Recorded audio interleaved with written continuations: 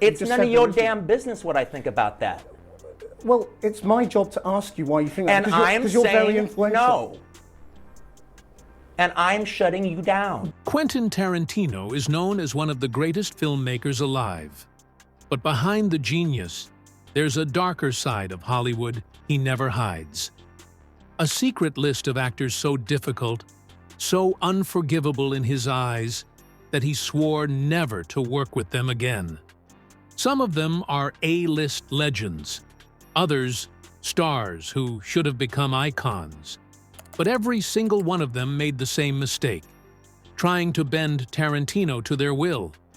And when you cross a director this uncompromising, it doesn't just cost you a role, it can cost you your entire career.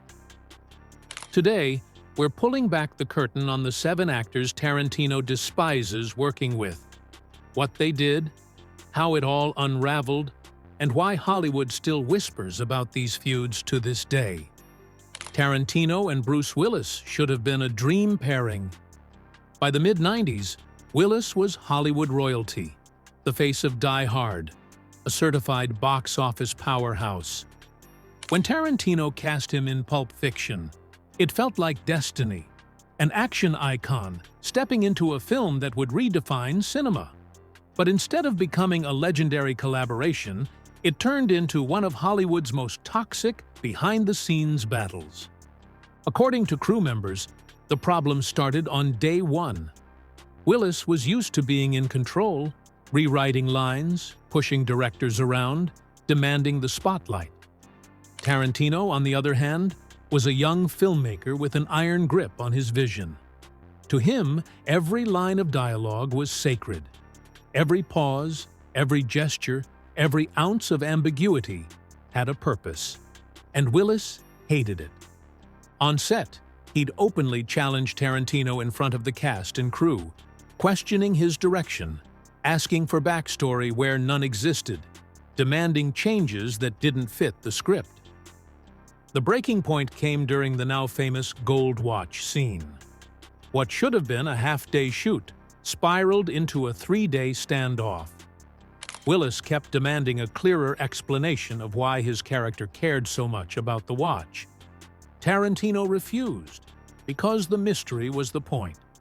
Other actors, like John Travolta, watched in disbelief as tension between the two nearly derailed the film. Travolta later admitted it was like watching 2 men speaking completely different languages, one obsessed with psychological logic, the other with cinematic instinct. And it didn't end there. Willis also appeared in 4 Rooms, another Tarantino project. That set was even worse. Arguments boiled over, production stalled, and other directors had to step in just to keep the film moving. Tarantino never said Willis's name directly, but years later, when asked about difficult actors, his response was brutal. Some actors trust the process, others need to control it. I only work with the first kind. The result? Bruce Willis was quietly cut out of Tarantino's creative future. No Kill Bill, no Inglourious Bastards, no Once Upon a Time in Hollywood. He missed out on roles that could have reinvented his career, all because he couldn't let go of control. But if you think Bruce Willis's ego was bad, wait until you hear what happened when Tarantino finally got to work with his childhood idol. For Tarantino, casting David Carradine was supposed to be a dream come true. As a kid, Quentin had worshipped him, the wandering monk from Kung Fu, the man who introduced martial arts to American television. So when he finally had the power to put Carradine front and center as Bill in Kill Bill, it felt like fate. But dreams don't always survive reality. The David Carradine who walked onto Tarantino's set in 2003 wasn't the disciplined martial arts icon Quentin had idolized. He was unpredictable, late, sometimes showing up unprepared, and according to people who were there, not always in the right state of mind to film. Tarantino, who crafted every moment of Kill Bill with obsessive precision, found himself watching his childhood hero stumble through scenes that demanded absolute focus. The most devastating clash came during Bill's climactic monologue, the speech Tarantino had built the entire saga around. Carradine couldn't stick to the script. He fumbled lines, improvised dialogue that didn't fit, and derailed take after take. Quentin tried to hold on to his admiration, but each failed scene chipped away at the image of the hero he'd carried since boyhood. A crew member later said, "Quentin kept searching for the Carradine he grew up admiring. But that man was gone. What he got instead was someone who didn't respect the craft anymore." The scene was eventually finished, but the relationship was broken. Tarantino never worked with Carradine again. Years later, he reflected on the experience with brutal honesty. Sometimes you have to separate the art from the artist, and sometimes the artist disappoints you more than you ever imagined. But as heartbreaking as that was, Tarantino's next feud wasn't with a fallen idol.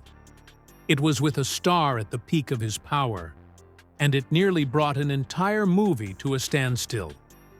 On paper, Django Unchained should have been Jamie Foxx's crowning moment.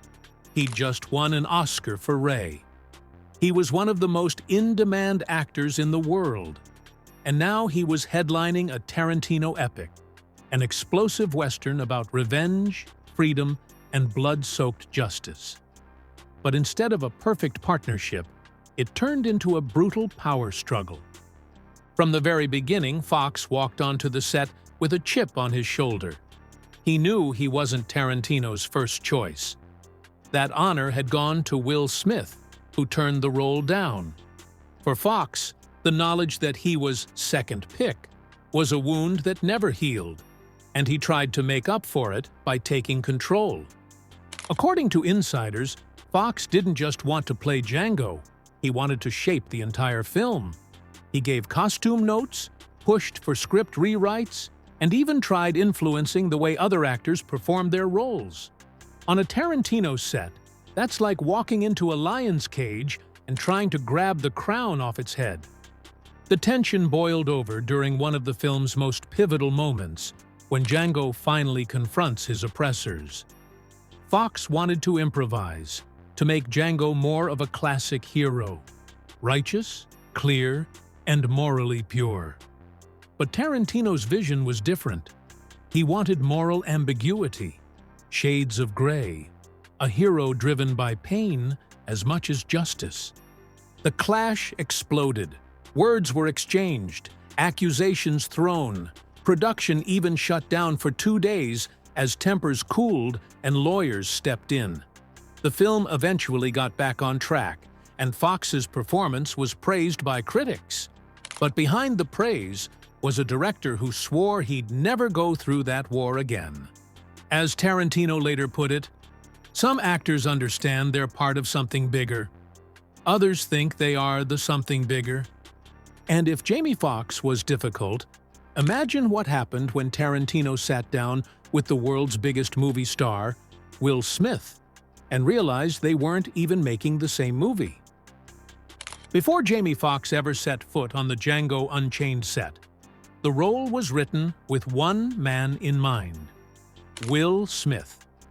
At the time, he was the biggest movie star on the planet.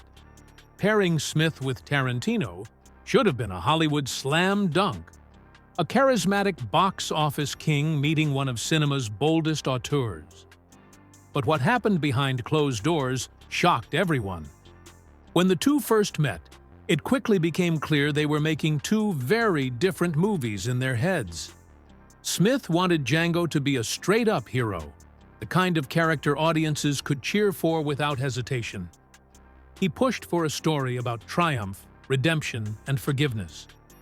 Tarantino, on the other hand, had something far darker in mind: a bloody, morally ambiguous revenge saga, where justice wasn't clean, and heroes didn't walk away unscathed.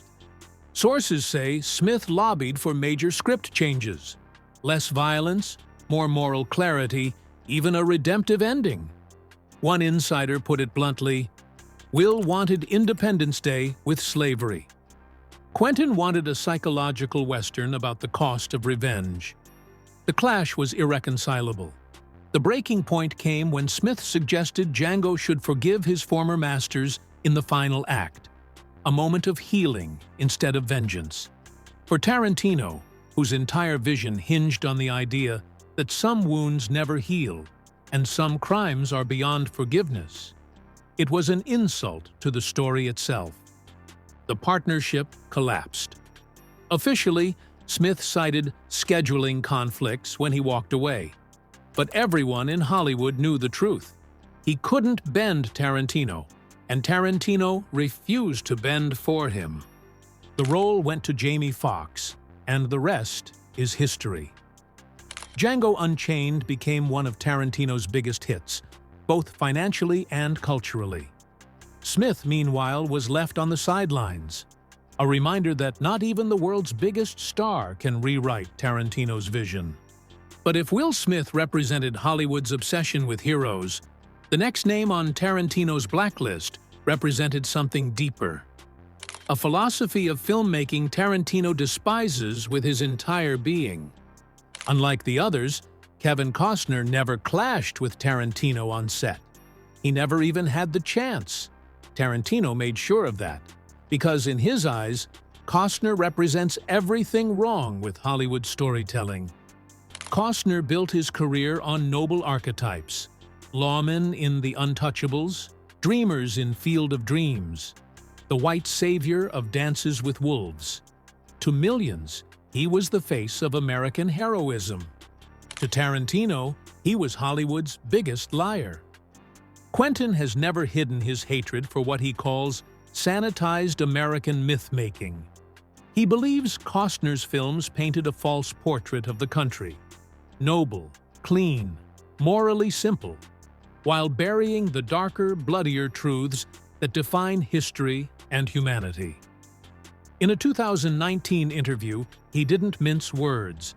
Kevin mistakes earnestness for depth and confuses moral simplicity with dramatic sophistication. Their feud dates back to the 1990s.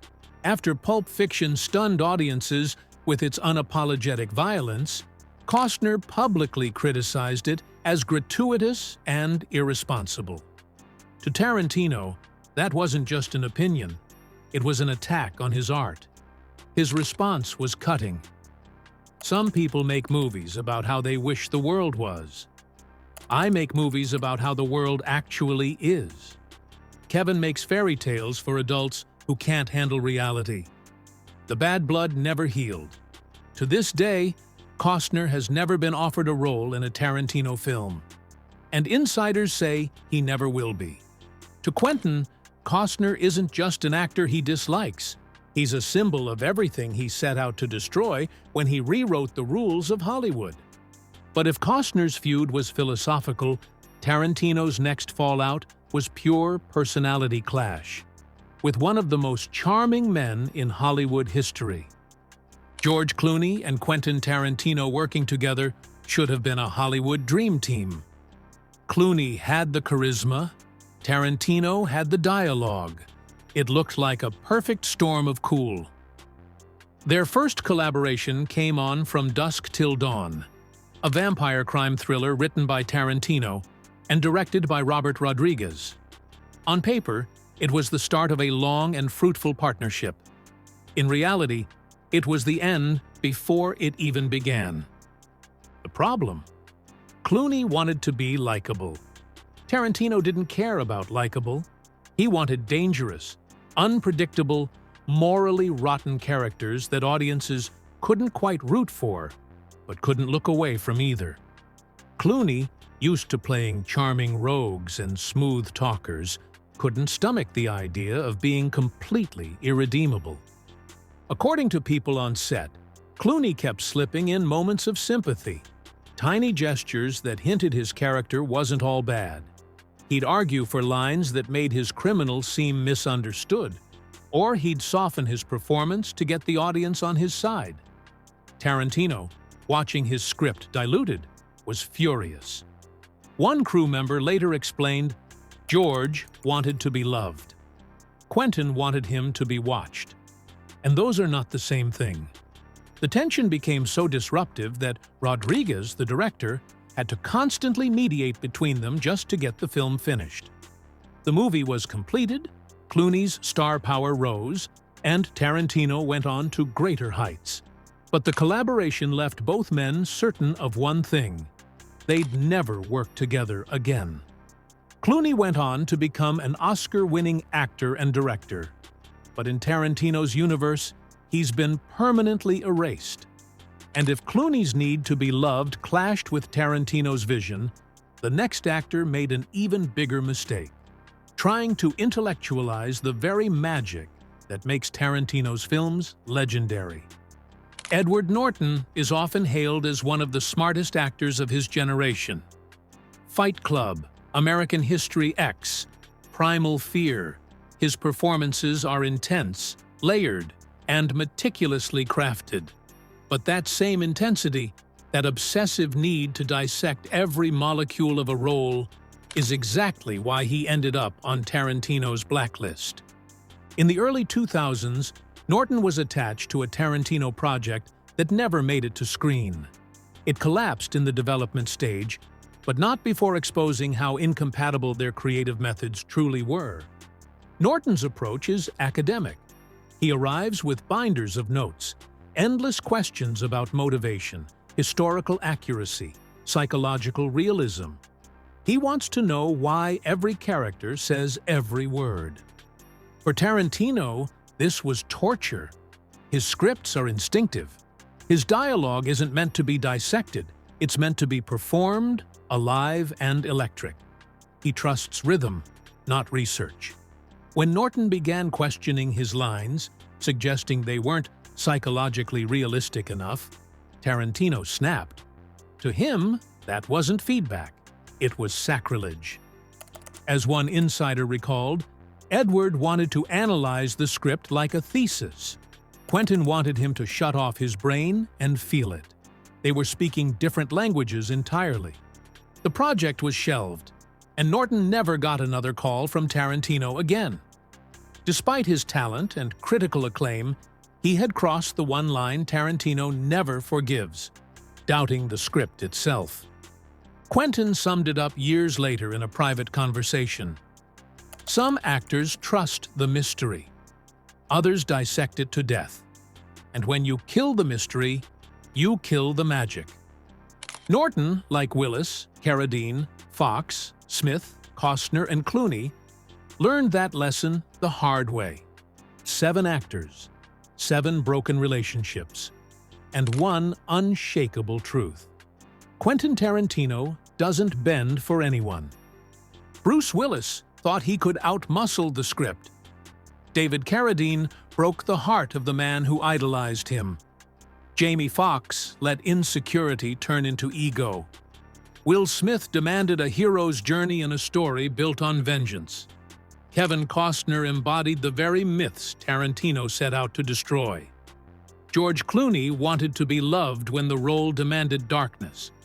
And Edward Norton tried to dissect the magic until nothing was left. Different actors, different mistakes, but all of them made the same fatal error. They tried to change Tarantino instead of letting Tarantino change them. And in Hollywood, where careers live and die by collaboration, that's the one sin you can't come back from. Because for Tarantino, this isn't about grudges, it's about the art. His dialogue is sacred. His vision is uncompromising. His films are bigger than any one actor, no matter how famous. That's why the names you don't see on his blacklist, Samuel L. Jackson, Uma Thurman, Christoph Waltz, Leonardo DiCaprio, are the ones who surrendered to the process and walked away with performances that will live forever. They didn't fight the current. They let it carry them. And that's why their names will always be tied to his legacy. But the others? The ones who clashed, resisted, and tried to take control? They're not just shut out of Tarantino's world. They're cautionary tales. proof that in an industry where second chances are the norm, there are still lines you can cross that erase you forever. In the end, Tarantino doesn't blacklist to punish. He blacklists to protect.